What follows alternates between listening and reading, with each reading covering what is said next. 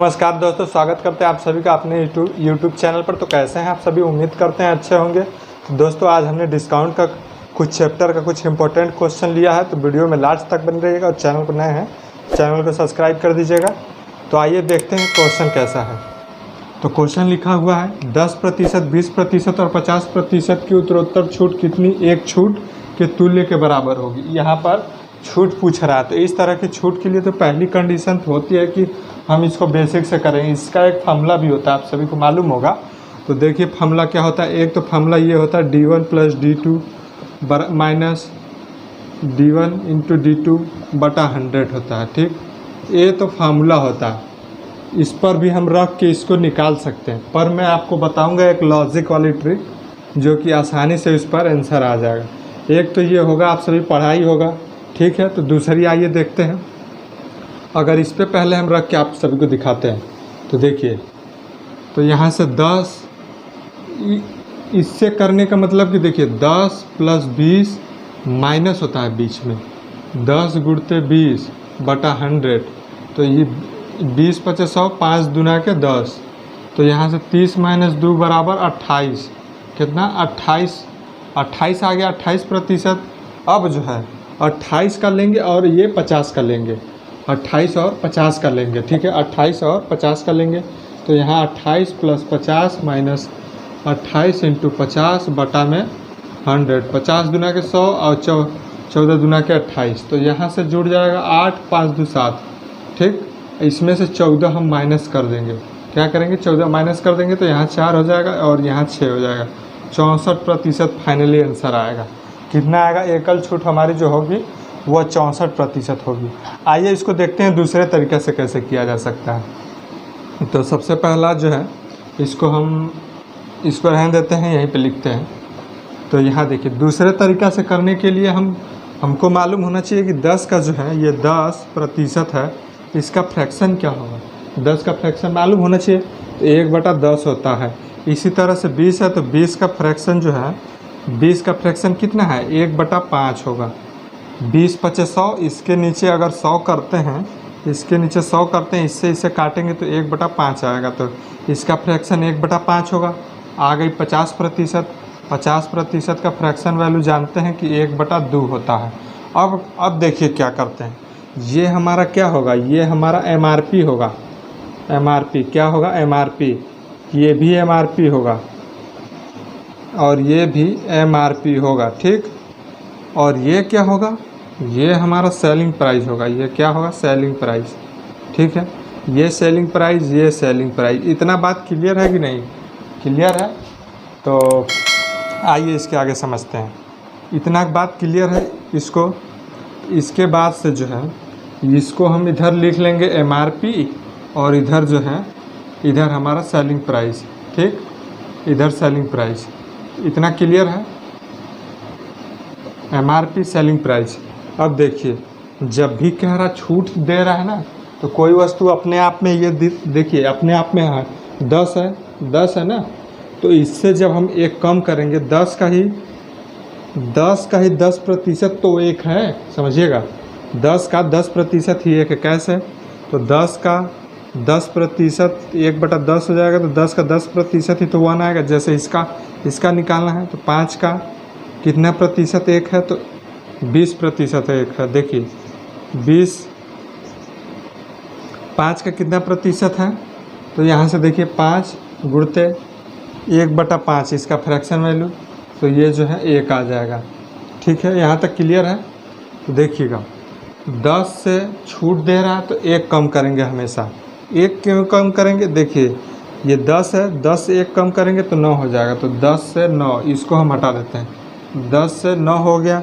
अब कह रहे हैं हाँ, फिर 5 से दूसरी छूट है हमारे 20%। तो 20% के बराबर जो है इतना है, तो 5 से 4 हो जाएगा। 5 से कितना? 4 हो जाएगा। और जो है ये आ गया 50% वाला, तो यहाँ 2 से 1 हो जाएगा। 2 से 1 मतलब कि ये टोटल वैल्यू है। MRP हमारी टोटल है, इसमें से घटा देंगे तो ये जो हमारी सेलिंग प्राइस प्राप्त होगी, ठीक है। क्लियर है? ये हमने बताया सेलिंग प्राइस है। तो देखिए यहाँ से अब होता क्या, ये इसका गुना कर दीजिए, पूरा इसका गुना कर दीजिए। ये जो गुना होगा ये हमारा MRP आएगा और ये हमारा सेलिंग प्राइस आएगा। तो आइए करते हैं। देखिए 5 दूना के 10, 10 गुणते 10 कितना हो जाएगा, 100 हो जाएगा, 100 हो जाएगा। यहाँ से 9 चौक को 36 हो जाएगा। ठीक, एक का गुणा करेंगे तो 36 से कम 36 आएगा। अब यहाँ से हमको निकालना है, ये हमारा MRP हो गया, ये MRP और ये हमारा सेलिंग प्राइस। क्लियर? तो इसके सामने लिख देते हैं। ठीक, क्लियर? अब जो है देखेंगे कि इससे कितना जो है कम है। ठीक, तो कितना कम है, 64 कम है। कितना, 100 में से 36 घटाएंगे तो 64 बटा में 100 गुणते 100 बराबर यहाँ से आएगा 64%। यहाँ से हमारा कितना आएगा, 64%। समझ पाए कि नहीं आप सभी? आप सभी को समझ में आना चाहिए। 64%, ये हमारा सेकेंड टाइप है, ये सेकेंड स्टेप, सेकेंड ट्रिक है, ये फर्स्ट मेथड है। ठीक, ये सेकेंड मेथड कह लीजिए। तो इतना क्लियर है। या तो हम इसको फार्मूले से निकाल सकते हैं। फार्मूला क्या कहता है कि D1 + D2 - D1 × D2 बटा 100। ये तो फार्मूला हो गया। ठीक है, ये हमारा फार्मूला हो गया। तो उम्मीद करते हैं कि यहाँ तक क्लियर है। इसमें का एक आध क्वेश्चन और देख लेते हैं, एक बार फिर से समझ लीजिएगा ताकि आप सभी को अच्छे से समझ में आ जाए। एक तो इस कंडीशन को हम फार्मूले में करेंगे, थोड़ा सा लंबा हो जाएगा। ठीक, होगा कि नहीं होगा? पहले इसका निकालेंगे जितना आएगा, फिर इसको लेके और ये थर्ड वाले को लेके चलेंगे तो काफ़ी लंबा हो जाएगा। एक तरह से देखा जाए तो लंबा हो ही जाएगा। तो अब यहाँ से जाके घटा उठा के तब 64% आएगा। यहाँ डायरेक्टली हमारा 64% आ रहा है। बस क्या करना है, इसका फ्रैक्शन ले लेनी है, इसका फ्रैक्शन ले लेनी है और इसका फ्रैक्शन ले लेनी है। इन तीनों का जब भी फ्रैक्शन ले लेंगे तो उसके बाद से इसको हम निकाल लेंगे। 10 से सीधे 1 कम करेंगे 9 हो जाएगा, और जो है यहाँ 5 से 1 कम करेंगे 4 हो जाएगा, और यहाँ 2 से 1 कम करेंगे 1 हो जाएगा। ठीक, क्लियर? तो ये इसका इसमें पूरा गुना करेंगे MRP प्राप्त होगा, इसका इसमें गुना करेंगे सेलिंग प्राइस। यहाँ से इसको घटा देंगे 36 बटा में छूट पर ही निकलेगा। किस पर निकलेगा, छूट पर निकलेगा। तो 100 नीचे लिखते हैं, गुणते 100 करेंगे बराबर 64% आएगी एकल छूट। यहाँ तक क्लियर है? आइए नेक्स्ट क्वेश्चन देखते हैं। तो दोस्तों क्वेश्चन लिखा हुआ बोर्ड पे, एक अंकित मूल्य 10%, 5% के 2 क्रमवार बट्टे लगातार बट्टे दे रहा है। देने के उपरांत किसी वस्तु का विक्रय मूल्य 171 रुपया है, तो इसका अंकित मूल्य बताना है। यहाँ पर हमको क्या बताना है, MRP बतानी है। क्या बतानी है, MRP। तो आइए समझते हैं कैसे निकालेंगे। इस तरह एक तो हम बताएंगे जो कि ट्रिक से, और एक है मेथड से, मतलब प्रोसेस है उसका, बेसिक से जिसको कह सकते हैं। तो ट्रिक क्या कहती है, ट्रिक देखिए क्या कहती है। अंकित मूल्य पहले 10 है, जो हमने इससे पहले बताया था क्वेश्चन में। तो देखिए 10 से 10 का फ्रैक्शन वैल्यू हम जानते हैं कितना हो जाएगा, 1/10 हो जाएगा। तो ये 10 से 9 हो जाएगा, ये 10 से 9 5 का फ्रैक्शन वैल्यू कितना होती है, तो इसका फ्रैक्शन वैल्यू 1/20 हो जाएगी। होगी कि नहीं होगी? यहाँ पर 100 करेंगे, बटे में काटेंगे तो 120 आ जाएगा। ठीक है, तो यहाँ 20 से 19 हो जाएगा, 20 से कितना हो जाएगा, 19 हो जाएगा। तो यहाँ 200 और यहाँ 19 9 171 होता है, 19 9 171।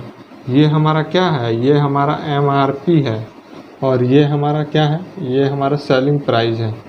ये हमारा सेलिंग प्राइस है। तो क्या कर रहा है, अंकित मूल्य निकालना है, मीन्स हमको इसका चाहिए।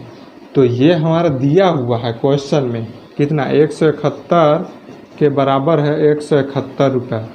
क्या दिया है यहाँ क्वेश्चन में, देखिए विक्रय मूल्य 171 रुपये है। तो यहाँ पर हमारा विक्रय मूल्य 171, 1 के बराबर ये कट जाएगा, तो यहाँ से हमारा कितना हो जाएगा, MRP हमारा कितना हो जाएगा, 200 रुपया। MRP कितना आ जाएगा, 200। समझ पाए कि नहीं?